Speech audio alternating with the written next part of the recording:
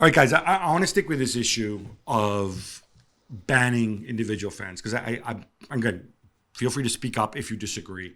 But like we said, there's two issues to deal with here, right? One is individuals who abuse and that you can go into the crowd, identify them, and you can ban them. And the other one is entire sections of crowds that misbehave. Now, I think in a perfect world, they try to deal with these two things separately. So the individuals, you can go into the crowd, you can get them, you can identify them, and then you can ban them. And I think certainly in England, clubs can ban people straight away. They don't need a reason to ban you. The police can also issue banning orders. Mm-hmm.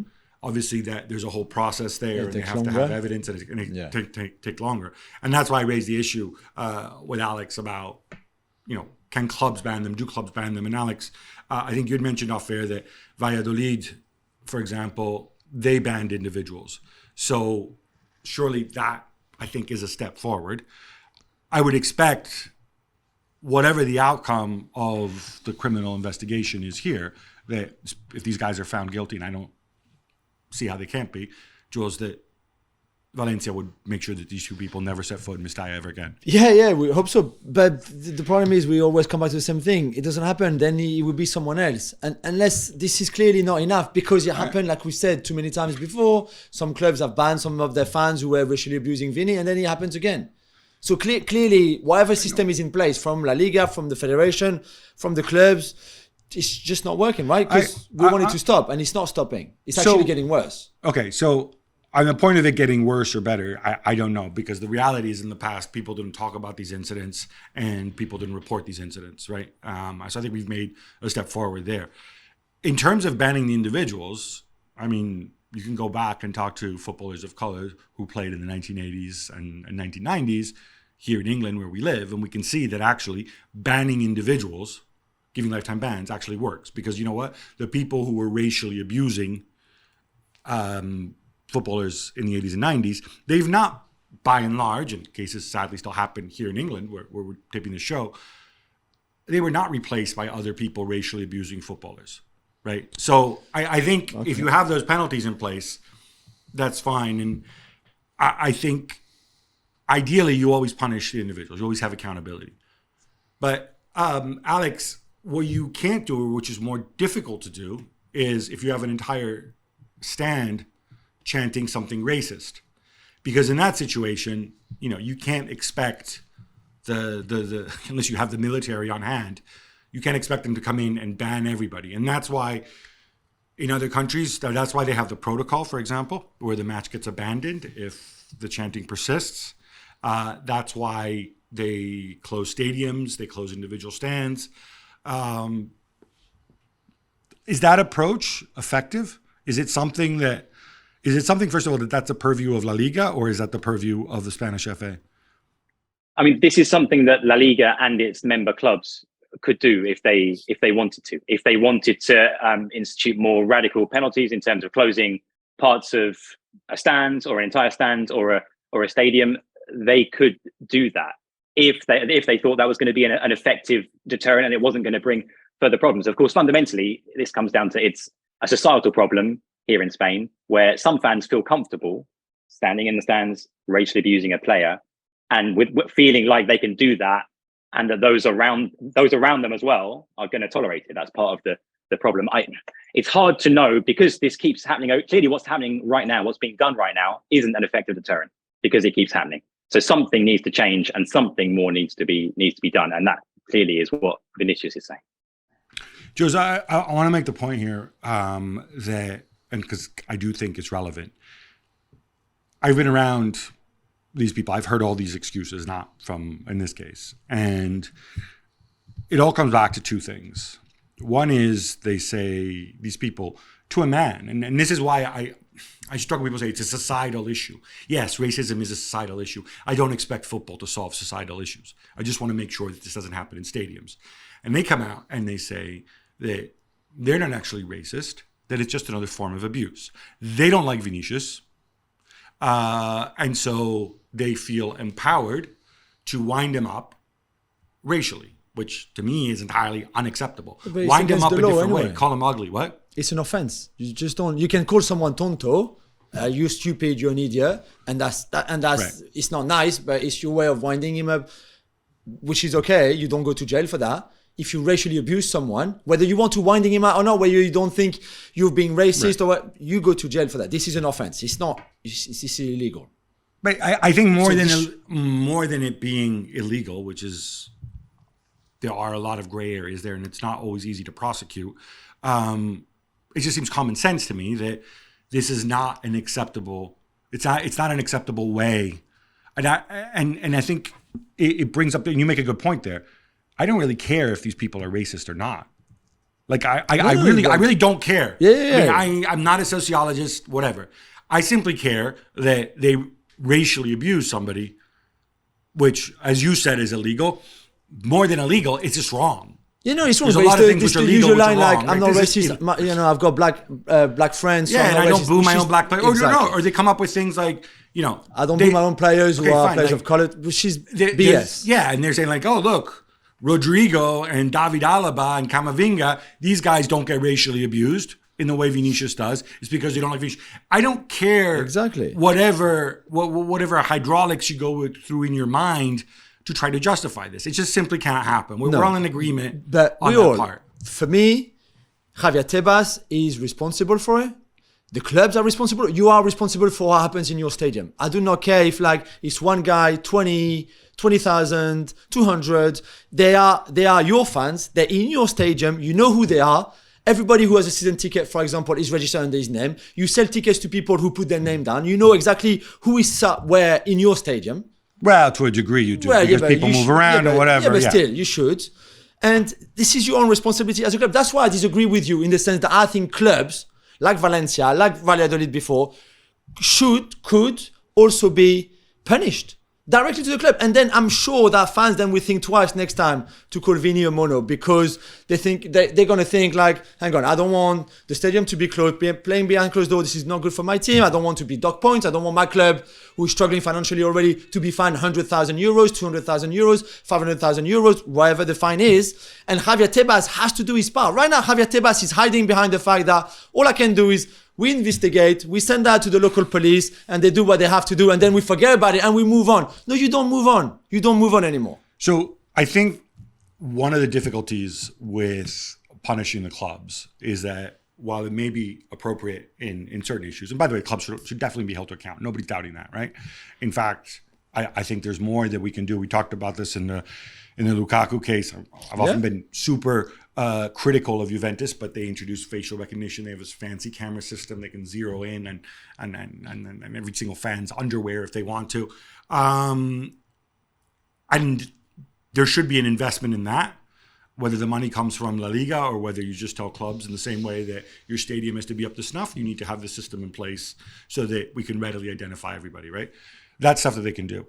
The reason I'm a little bit skeptical about this, about the idea that fans love their club so much that they care about getting docked points, is there will be some situations where a tiny minority of fans, because you still have the issue of the individual, right? The individual, like what you're saying may apply if you have an entire stand full of people.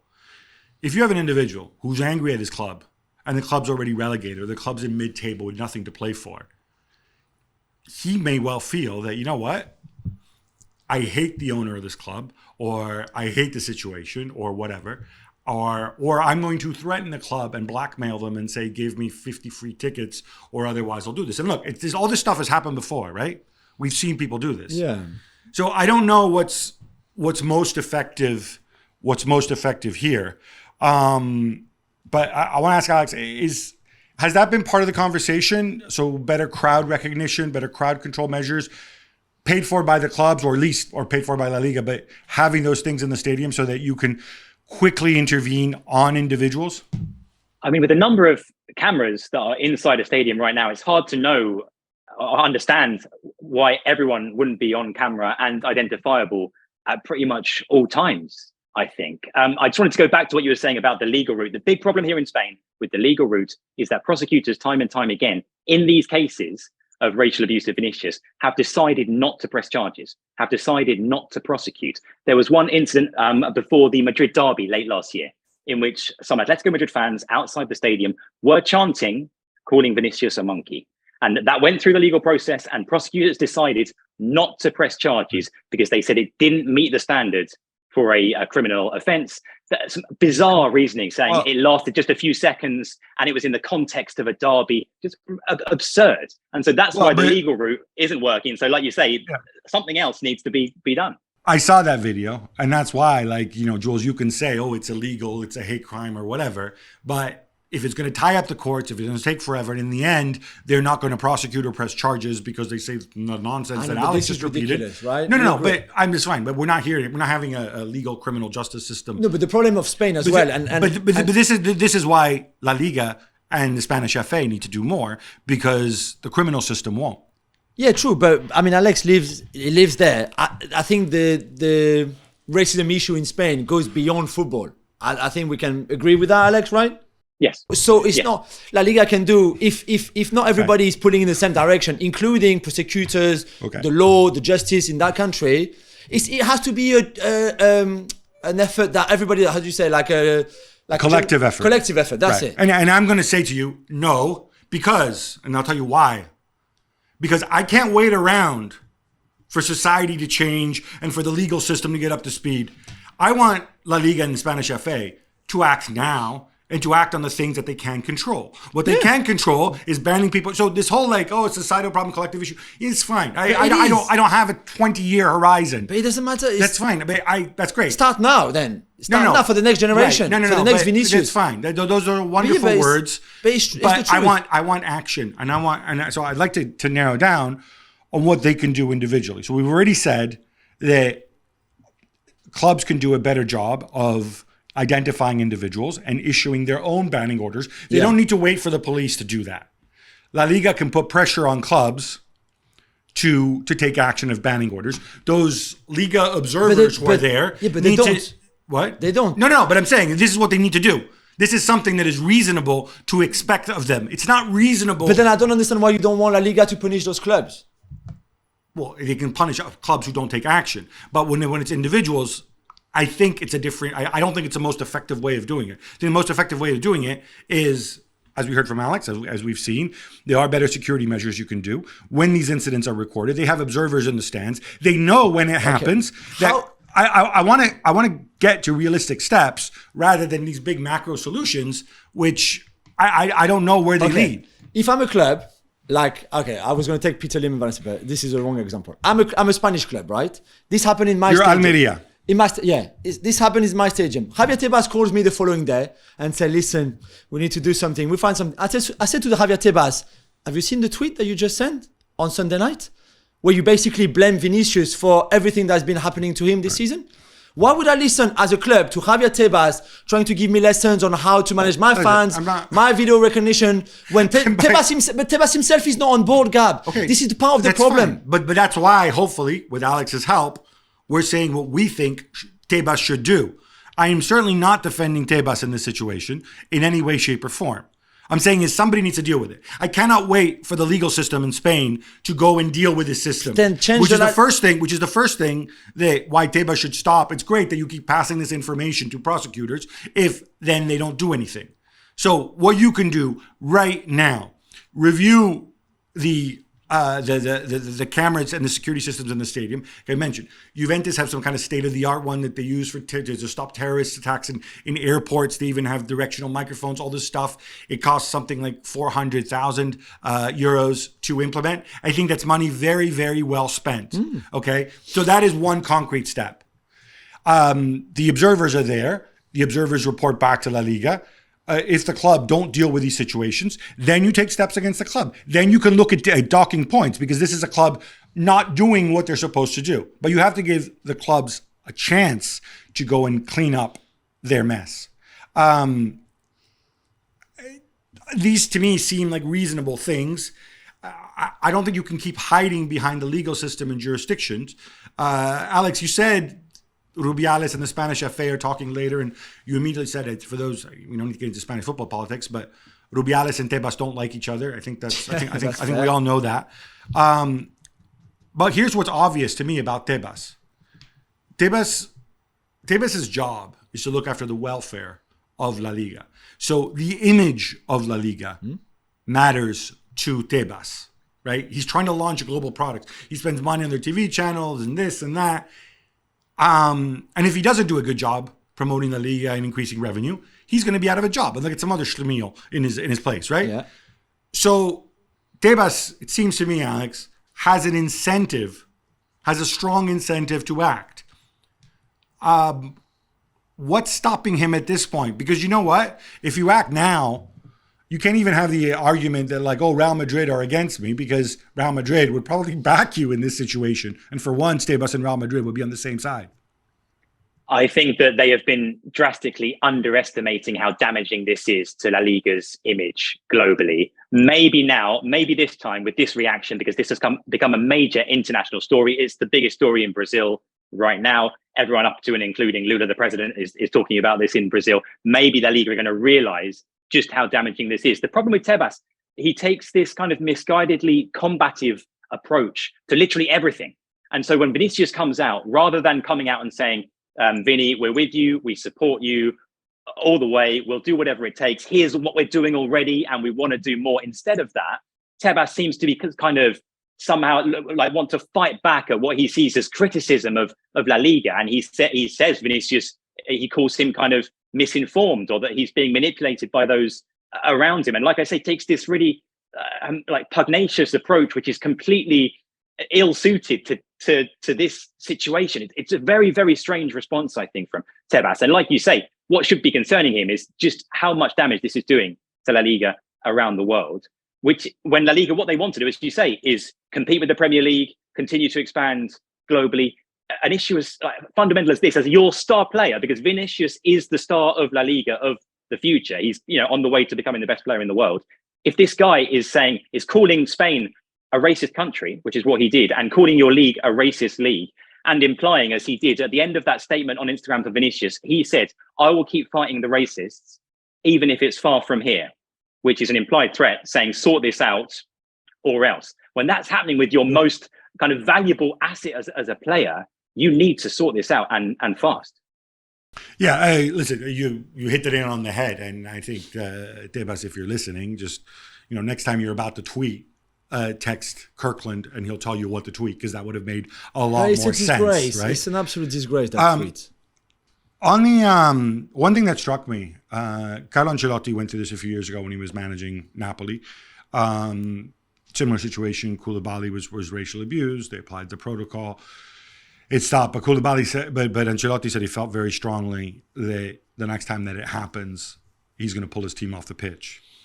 He didn't do that in this situation. Jules, did he miss an opportunity here? Because let's face it, he's not going to get pressure from Florentino. No, but I'm saying this game was irrelevant to Real Madrid. Yeah, no, of course it was. But yeah, I would have loved him too. And you could see, only on television for us watching, but you could see how angry he was. And certainly his post-match interview straight after the game, I don't think I've ever seen him like that. Maybe not even after that night in Naples with Napoli. Yeah, of course we can say now he should have done it, and I think maybe now he's thinking I should have done it. Just on the moment, it's hard to say to Karim Benzema, gather everybody and we go back to the dressing room and we go back to Madrid. Now I just don't think it's that easy. There's maybe part of the players who want to continue the gameplay, win it, for example, and just say we've beaten the racist instead of leaving the pitch, and which could be seen by some as you kind of back off and you let the racist win. I don't know. I just think it's not that the let the racist win argument is really old. I know it's not what you believe. No, but it's just a stupid argument. I'm not sure what can go through Carlos' head at that moment. The anger and everything. But I'm pretty sure right now, I think I know him a little bit. I think he absolutely regrets. Yeah, I wouldn't be surprised. Off the pitch. Yeah, I wouldn't be surprised. Especially in the situation he was in. I want to touch upon one final thing with you, Alex. I'm not saying this is a very, very serious thing, but you told me earlier and you can repeat now what the agency that looks after Vinicius's PR, what they put out. Vinicius, of course, getting sent off later in the game. A confrontation with Hugo Duro, and he struck him. A confrontation had nothing to do with racism. But what did they come out and say?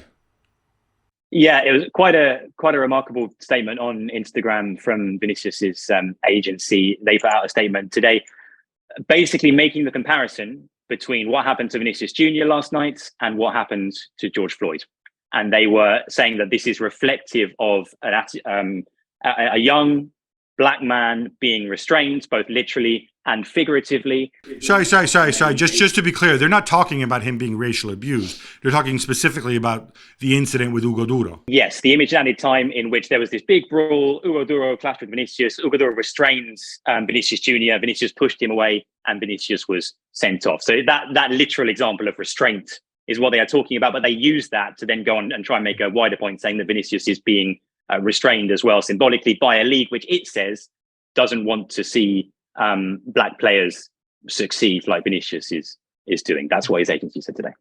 I think this is a very, very serious issue that we need to have action now. I think we've outlined certain things that La Liga could do right now on their own without involving societal changes and the police and the courts. You can do all that, but you can't wait on those people. You can control the things that you can control. And this is something that if they want to, if they're serious about it, if they're willing to make the investment, I think they can control.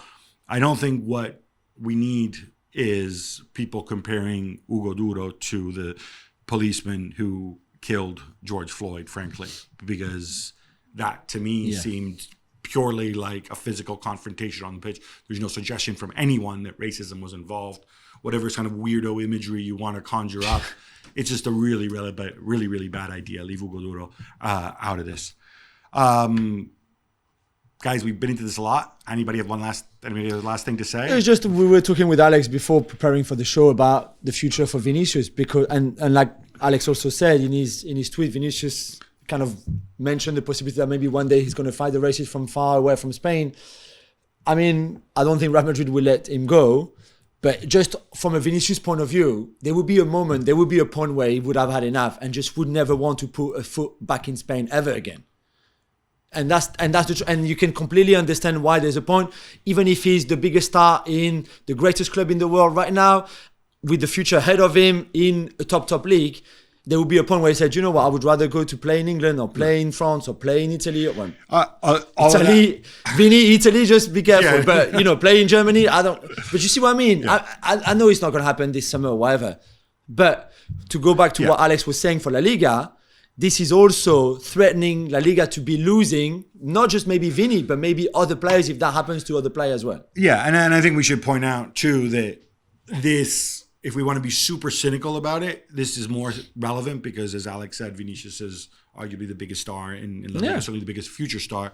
But what applies to him should apply to the reserve fullback at Almeria, who is also of African descent, who might get racially abused in a game, and we don't talk about it because we don't know who the hell he is. So we can't just say this, they need to act because Vinicius could leave. No, Vinicius could leave if they're cynical, they don't care about it, is a spur into action. But they have to act not just for Vinicius, for everybody, but for sure. All the people of color, all the footballers of color, anybody who gets racially abused. Thanks so much for watching ESPN on YouTube. And for more sports highlights and analysis, be sure to download the ESPN app. And for premium content and live streaming, subscribe to ESPN Plus.